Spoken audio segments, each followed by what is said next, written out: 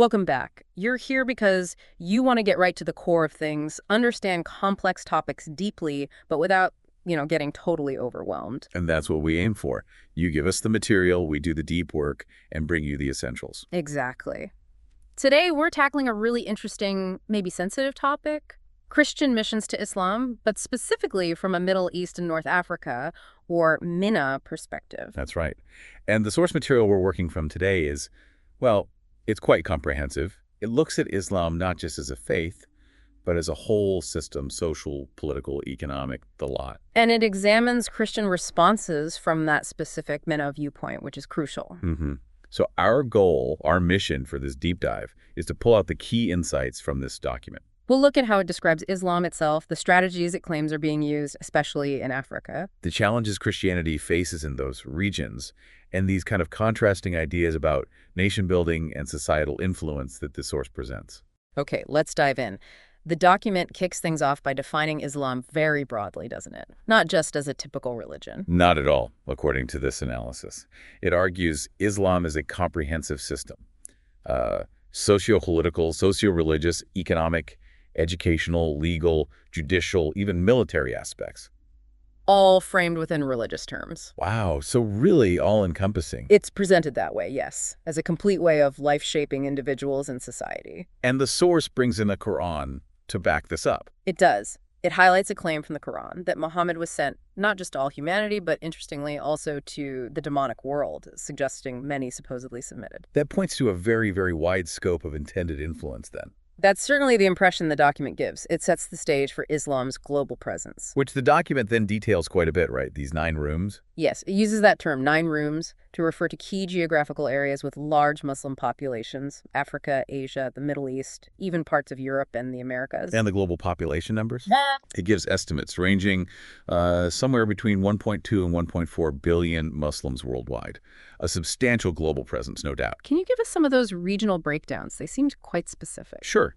The document mentions about 7 million in the U.S., a huge number in Africa, 307 million, and the largest bloc in Asia was 778 million. Then Europe, around 32 million, Latin America, 1.4 million. And within the MENA region and key Muslim countries. Right. It flags Egypt with 79 million, Algeria, 34 million, Morocco, 32 million, Tunisia, 10 million. Also Iraq, Sudan, Saudi Arabia, Yemen, Syria, all with tens of millions. And outside the Middle East. Yeah, interestingly, it highlights India with about 100 million Muslims and Indonesia with nearly 150 million, which it notes is almost comparable to the entire Arab Muslim population in the central Middle East. So incredibly diverse geographically. Absolutely. And the source tries to underscore the significance of this resurgence by drawing a historical comparison. Oh, yeah. To what? It references Harvard's Samuel Huntington, comparing this Islamic resurgence to the Protestant Reformation, suggesting a potentially massive transformative impact. It also mentions the youth bulge in many Muslim nations as a potential driver for change. Interesting comparison. And how does the document say Muslims view Islam themselves from an internal perspective? Well, it cites Islamic sources that describe Islam as the solution for all the problems of life, a guide toward a better and complete life, focusing on glorifying God. So a very comprehensive self-perception. Yes, beliefs like it being the first and the final religion, the most rational religion, offering a clear code of life. The source suggests these views are important context for understanding interactions. Okay, so that sets the stage. Now, the document moves into the ambitions and strategies it attributes to Islam. This sounds like where it gets quite pointed. It does. The source makes a strong claim about a historical and ongoing ambition within Islam to, quote, conquer the entire world. Conquer the world, that's a big statement. It is. And it even mentions a specific slogan supposedly used. Africa is to be the first Islamic continent. Whether that's literal intent or rhetoric is, of course, part of the analysis. And it uses the history of Islam in Africa to support this idea. Exactly. It notes North Africa was one of the first places Islam spread to, way back in the 7th century. And by the early 2000s, maybe almost a third of the world's Muslims lived in Africa. Nearly half the population in some estimates. One 2002 estimate cited suggests nearly 48%. So a very long and significant presence, even acknowledging the diversity of African Islam. This source also touches on the appeal, right? Why Islam might attract converts, particularly compared to the West. Yes. It claims Islam is often presented by proponents as offering a more conservative, morally grounded alternative to what's perceived as a Christian loose way of life, a sort of cultural or ethical appeal. And what about economic factors? Does oil wealth play a role in this narrative? The document argues it does. It points to the massive oil wealth in some Middle Eastern nations, historically maybe less central, and suggests this wealth buys power. Power for what, according to the source? It suggests it fuels military ambitions, maybe even nuclear ones, and it also mentions the fall of the Soviet Union, creating new, mostly Muslim republics, adding to the strategic potential. The source also defines some specific terms, like Ayatollah. Right, it explains Ayatollah means sign of Allah, which the document interprets as a claim of significant religious authority. And the meaning of Islam itself. It defines Islam as submission, and it frames the Iranian Revolution, for instance, as a return to what it calls fundamental original Islam, setting it against Western values like free expression.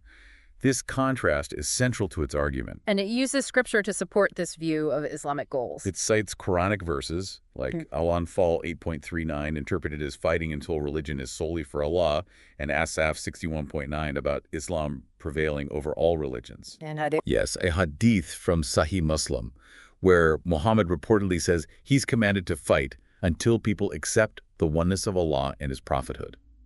These are presented as evidence for long-term expansionist goals. Of course, interpretations vary widely, but this is the source's take. How does this contrast with the Christian view of church and state, according to the document? It draws a sharp line. The source argues the church, based on the gospel, shouldn't impose itself on the state or rule it, despite historical attempts. Islam, it suggests, is different. How so? The ideal Islamic state, in this view, forms when Sharia is law and Muslims hold power, with no real separation of secular and spiritual life. Which naturally leads to the status of non-Muslims in such states. The document asserts that while Christians and Jews, people of the book, might be tolerated, they face disadvantages and definitely aren't allowed to proselytize. It also observes a trend of growing Muslim economic control in various places, potentially leading to influence over government, media, etc. But the source does make a distinction about individual Muslims, doesn't it? Yes, and that's important. It emphasizes distinguishing between the system of Islam, which it views critically, and individual Muslims who grew up in it, maybe without much exposure to Christianity. It suggests Christians need to consider how effectively they're communicating their message. Okay. Then there's this concept of the house of war and house of Islam. Can you unpack that? This is presented as a key framework in Islamic thought, according to the source. Daru el-Harb, the house of war, is everywhere. Islam doesn't rule yet. Darul Islam, the house of Islam, is where it does. And the goal is? The document argues the aim is to eventually turn the whole world into the house of Islam. Through what means? What strategies does the source identify? It highlights three main ones. Dawah, which is invitation or proselytism. Jihad, described as struggle, potentially including armed conflict, and using commercial ties to build influence. And specifically in Africa, the list seemed quite long. It's very detailed for Africa. The source suggests Islam has learned from its own history and maybe even Christian outreach methods. Like what? Things like international cooperation, especially through the OIC, Organization of Islamic Cooperation. Also, investing heavily in education, like the Hizmet schools mentioned. Health services, aid. Yes, health, emergency aid, active proselytism, getting involved in politics, using marriage strategically, NGOs, building mosques everywhere, funding businesses, polygamy's role in population growth, and using media extensively. Let's focus on that international collaboration piece, the OIC. Right, the Organization of Islamic Cooperation. The source notes it's the second largest intergovernmental body after the UN, 57 member states, mostly MENA, formed after the Al-Aqsa Mosque incident. And its goals. The document emphasizes its aim to foster unity among the global Muslim community, the Ummah, and promote solidarity, economic, social, cultural, political. It's seen as a collective voice. What are some specific objectives listed? Things like strengthening ties between members, safeguarding interests, supporting the Palestinian cause, boosting economic cooperation, spreading Islamic teachings, protecting Islam's image, and looking out for Muslim minorities in non-member countries. And the use of aid and development projects. That seemed key, too. Yes, the document contrasts Muslim NGOs, which it says often openly promote Islam through their work, with Christian NGOs, which it suggests might be less direct. Gives an example, Al-Farouk in Mali, supposedly always highlighting its Muslim identity. So the argument is that these projects, education, health, mosques, aid, are strategic tools for influence. That's the argument presented, yes, aimed at influencing people in the so-called House of War. Okay, now shifting gears a bit, the document talks about threats and challenges, especially militant groups in Africa. What's the core message there? This is a significant section. It lists various jihadist groups, Al-Shabaab, AQM, Ansar al-Din, MUJO, Boko Haram, and others across Somalia, the Maghreb, Mali, Nigeria, Libya, Tunisia. A wide range of groups. Yes, and the source notes they have diverse local contexts and motives, but a common thread highlighted is the goal of imposing Sharia law. This is framed as a direct challenge to Christians, And their methods. often attacking non-Islamic targets and increasingly using media, particularly online, for propaganda and recruitment. The document also mentioned less violent but still strategic methods like marriage. It did. It argues marriage is seen as serving a religious function to increase the Muslim population. It notes Muslim men can marry Christian or Jewish women and claims this is sometimes used strategically to convert the women. It gave an example. Yeah, it mentioned Syrian men allegedly sent to Madagascar for this purpose. And it touched on the controversy in Tunisia over changes to inheritance and interfaith marriage laws, which apparently faced pushback from Al-Azhar University. What about media and politics? The source highlights extensive use of radio, TV, internet to spread the Islamic message globally and in Africa. Politically, it quotes an Islamic scholar apparently saying democracy can be used to invade and religion to dominate. Implying Muslim politicians are expected to advance Islamic interests. This is the implication the source draws, yes. And the social and financial pressures for conversion? That sounded quite stark. The document claims converts are often pushed to take Arabic names, shedding their African ones, and gain perceived social status. It strongly suggests material incentives, goods, money, are key in Africa. The Islam of the belly phrase. Yes, that phrase is used to describe situations where, allegedly, entire families convert because the head of household, who controls the money, converts. Immigration also came up as a strategy. The source argues that increased Muslim immigration into Europe, North America, and minority Muslim African nations is partly a deliberate long-term strategy to grow the population and eventually gain influence in the House of War. Visible religious symbols in host countries are mentioned as part of this. And finally, under strategies, the role of universities. It points to historical Muslim universities, Cairo, Fez, etc., being used to instill a sense of nationalism in African students. The source finds it a bit ironic, suggesting these leaders then sometimes promote Arab nationalism back in non-Arabic African contexts. Right. This naturally leads into a section the document calls the many faces of Islam. It sounds like it's acknowledging complexity here. It does try to explore apparent contradictions. It contrasts verses revealed in Mecca, presented as more peaceful, emphasizing no compulsion in religion. Yeah. Pleasant dialogue with those revealed later in Medina. After Muhammad gained more power. Exactly. The Medina verses are described as containing stronger calls to war as the community grew.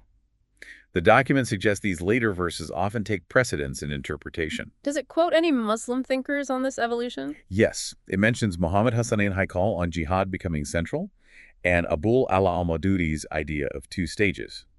Weakness requiring withdrawal, then jihad when strong enough. And that quote. The quote attributed to Hassan Abdullah al-Turabi, "We pretend to be weak till we become strong," used to illustrate a strategic viewpoint.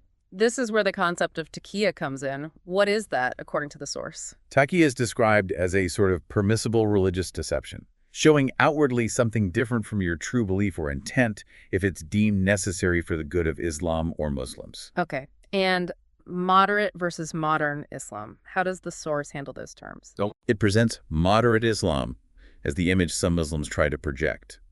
Modern Islam is linked to recent social changes, like in Saudi Arabia, women driving, etc., and diverse Quranic interpretations. But the source seems skeptical. Somewhat, yes. Given the other strategies and ambitions outlined, it seems to view these labels cautiously. What about popular Islam in Africa? That's described as more flexible, mixing Quranic teachings with local ancestral traditions, often relying heavily on hadith, local leaders called marabouts. Less text-focused, perhaps? All this background sets up the discussion on Christianity under pressure in MENA. This feels like a core part of the document's focus. It definitely is. It talks about historical decline in Christian numbers in places like Turkey and Lebanon, citing various pressures. And current challenges. It details scrutiny and state influence in Egypt, refers to past violence like alleged extermination in southern Sudan, and emphasizes the general lack of religious freedom in many North African, Middle Eastern, and other Muslim-majority countries like Afghanistan and Pakistan. The impact of ISIL is specifically mentioned. Very much so. The document stresses the horrific impact on Christians in Syria and Iraq, targeted for eradication or displacement. The exodus from Mosul is given as a stark example. Are there internal challenges mentioned for the churches there too? Yes. Falling numbers impact theological education, creating a need for strong leaders. But it also points to internal church disputes and power struggles hindering cooperation, making it harder to respond effectively. A tension between Christian unity and complex relations with Muslim neighbors is noted. Does it see any way forward dialogue? Adaptation? It emphasizes the need for churches to be relevant in their context, not just rely on history. Dialogue and cooperation with other Christians and with Muslims are seen as vital for the future. What about the younger generation's perspective? The source notes younger Arabs are influential but face limited opportunities. They might want more rights, especially for women, but often prioritize stability over major reforms. Women's vulnerability is a recurring concern. Any signs of hope mentioned? It does highlight a 2017 gathering in Jordan, organized by the Bible Society, bringing together various Christian denominations as a positive step towards unity. Okay. Then the document includes that very strong historical critique of Islam from William Muir. Yes, the 19th century scholar calling the Quran and Muhammad's sword enemies of civilization, liberty, and truth. It's a harsh historical assessment presented in the source. And this is contrasted with the World Council of Churches approach. The document expresses concern about the WCC's focus on interfaith dialogue. While aiming for understanding, the source worries it might dilute or replace the specific Christian witness about Jesus Christ. But it does affirm God's plan includes Muslims. Clearly, it states God's salvation plan extends to all who acknowledge the Creator, explicitly including Muslims. Then it raises concerns about Sharia law, particularly in minority contexts. This is a major point. It questions how a country can function with two legal systems and refers to pushes for Sharia in the West. It strongly disagrees with the stated goals of the Islam in Africa organization. What goals specifically? Goals attributed to them include seeking exclusive Muslim appointments in key roles, eradicating non-Muslim religions, and making Sharia the sole law, even in member states without Muslim majorities, like Nigeria and Tanzania are listed. This raises red flags for the source about religious freedom. There's also that chilling historical reference. Yes, the 1980 article cited from the Turkish newspaper Dünya, reportedly calling for the annihilation of non-Muslims in the Middle East who didn't convert by 2000. A disturbing historical viewpoint highlighted by the source. And the specific pressures on converts from Islam in North Africa sound intense. The document details severe consequences. Family exclusion, disinheritance, forced divorce, job discrimination, even problems with burial since Christian cemeteries might be for foreigners only. Plus, national churches often lack legal recognition, except apparently in Algeria. Ethnic identity also plays a role. Berbers, Copts. Yes, the source mentions diverse groups like Arabs, Berbers, Sub-Saharan Africans. It notes movements among Coptic Christians in Egypt and Berber Christians in Algeria seeking recognition of their distinct identities. It also touches briefly on the long history of Christianity in North Africa. Right, highlighting its early strength church fathers, the New Testament canon developing there, but then its decline due to various factors, including, but not limited to, Islam's rise. Things like lack of scripture in local languages and internal divisions are also mentioned, alongside later Ottoman and colonial impacts. Okay, the focus then shifts specifically to Islam in the Middle East. It notes the diversity of Islamic practice across the region and outlines 4 broad historical periods. It also mentions the Christian distinction sometimes made between the Near East and the Arabian Peninsula. And the idea of the Arab nation, Al-Watan al-Arabi. The document explains how Arab evolved from meaning desert nomads to now broadly meaning Arabic speakers. It discusses Arab Christians, their ancient roots, current populations in Syria, Jordan, etc., their role in the Al-Nahda Renaissance. But also facing accusations. Yes, accusations of being pro-Western or pro-Israel, though it also notes Muslims often see them as trustworthy and peaceful citizens. And the broader definition of Arab. The source emphasizes it now includes many assimilated peoples due to the Arab Empire's expansion. Modern Arabs are a mix of races. Arabic itself is a language family with diverse dialects and varying literacy rates. It also mentions the Arab League's size, How does the document portray the Arab-Muslim historical narrative? as often interpreting early conquests as divine favor. It notes instances of Christians siding with invaders against previous rulers and Christian slaves converting for freedom. Conversely, it mentions Muslims sometimes finding refuge in Christian communities due to perceived injustices within Islam. It also briefly touches on Iran's unique Shiite context and Khomeini's influence. The Islam in Africa organization comes up again. Yes, with a critical lens on its stated aims, the repeated use of reestablish the Ummah, reinstate Arabic script, reimpose Sharia. The source argues this reframing is historically inaccurate for much of Africa. What about Islamic Reformation and internal tensions? The document discusses ongoing calls for reformation, the tension between Muslim identity and secularism, and emerging non-Arab identities in Muslim nations. It mentions the post-1967 Islamic revival contrasting states like Saudi Arabia and Iran. And the relationship between religious and political power. It highlights the historical tension between ruling and religious institutions and the difficulty defining Islam because it claims to cover all life. Does the source see Islamic influence waning or adapting? It suggests pan-Islamism is weakening, Sharia's scope is often limited in practice, and governments control many Islamic institutions. It sees a trend of trying to fit Islam into modern worldviews, which it interprets as a potential loss of ultimate authority for Islam itself. But some influences remain strong. Yes, things like community focus over the individual and equating nationality with being Muslim in most countries, Lebanon being the exception noted. The document makes a crucial distinction between Islam, Islamism, and terrorism. Absolutely vital. It stresses differentiating the faith, Islam, from political ideology, Islamism, and violent extremism, Islamic terrorism. A caution against painting all Muslims with the same brush. What core beliefs does it say most Muslims share? The concept of the Ummah, global community, and solidarity. Jihad historically including armed struggle, striving for God, and diverse interpretations of Quranic verses about Christians, noting principles like abrogation, later verses potentially superseding earlier ones. It mentions at Tawbah 9.29 as one such debated verse. And why might someone become an Islamist, according to this source? Often from a feeling that things are wrong and need fixing, referencing a hadith about changing evil with hand, tongue, or heart. It also includes Osama bin Laden's view of jihad as a constant individual duty. The Arab Spring is seen as a turning point. Described as a landmark that opened up discussion about religion. The document argues it allowed Muslims themselves to critique aspects of Islam related to violence and governance, unveiling the other face of Islam, as it puts it. So the call to the church is to be discerning. Yes, to discern God's work. Be aware of Muslims seeking alternatives. It shares an anecdote of a Saudi Islam's wanting a Bible.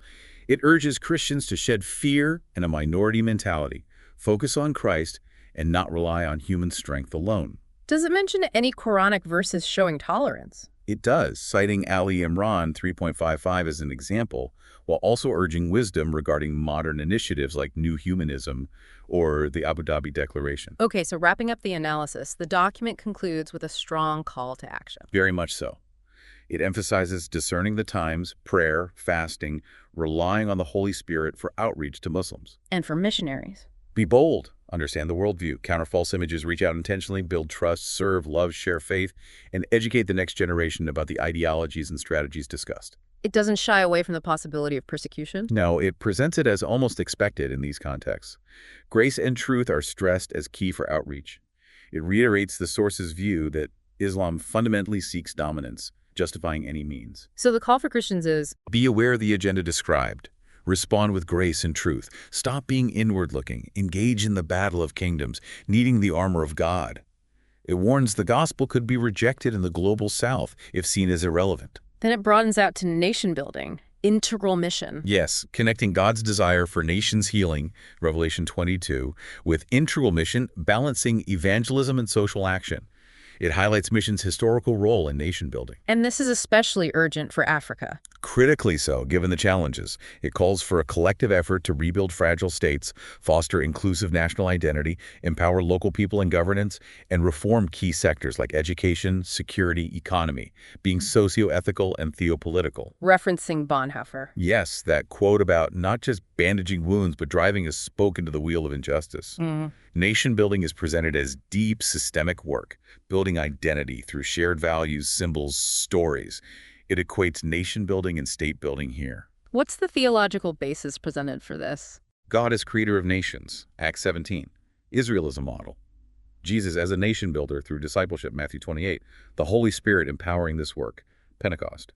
It's framed as more than just church planting or charity, citing Joseph in Egypt solving national problems. What hinders nation building in Africa, according to the source? Tribalism, conflict, injustice, poor governance, corruption. Achebe's point on leadership is key. Poverty, limited mindset, low biblical literacy. Religious crises hurt economies, Nigeria example. Fetishism, syncretism, lack of knowledge, inequality are also mentioned. Poverty and education seem critical. Absolutely. Identified as major hindrances. The quote, collapse of education leads to collapse of the nation is used. Individual modernity, Inkeles and Smith is also mentioned. And peace building is essential within this. Vital. God's concern for peace, James 3. The call to be peacemakers, Matthew 5. Peace with justice, through negotiation, addressing root causes, Thistlethwaite, Boutros Ghali. Transforming attitudes is key. It mentions respecting authority, Romans 13, but also government responsibility to stop funding violence, involving all stakeholders, especially religious leaders, to change intolerance. It gives historical examples of Christian nation builders. William Carey in India and Abraham Kuyper in the Netherlands are detailed. Carey's work across religion, economy, medicine, science, education, arts, media, government. Kuyper as preacher, journalist, prime minister, integrating faith and public life. Showing long-term vision. Yes, Kuyper's quote about working for the future. It urges Christians into influential spheres, believing the gospel transforms nations via discipleship. Miller, Guthrie. Worldview is foundational, St. Augustine, and the church's role in shaping it. Finally, that 9 Gates of Africa framework. Can you summarize it? It's a multi-pronged strategy. Personal, interchange, spiritual, God's call, holistic liberation, sociocultural, cohesion, civil society, political engagement, citing biblical and modern examples, economic, local participation, communication, media, arts, technological innovation, legal, justice, rights, and recognizing key agents, mothers, church, youth, leaders. Plus essential character traits. Right, the prophetic steps, prophetic voice for justice, integrity, faith, courage, self-sacrifice, servanthood. So to wrap this up, this document presents a really layered, sometimes quite forceful, MENA-centric view on Christian missions to Islam. It sees Islam as this comprehensive system with global aims, using diverse strategies. While highlighting very real, serious challenges for Christians in many places. And then it pivots to this strong call for Christians to engage deeply in nation building as a core part of their mission. It's definitely a complex picture with many moving parts. This deep dive really gives a framework for grasping those dynamics, even if it raises more questions. I'm sure it does. It's the kind of topic where understanding one layer often reveals another beneath it. Absolutely. It really forces you to think about how faith, culture, and politics intertwine globally, and the role belief systems play in shaping societies, for better or worse. Plenty to chew on there.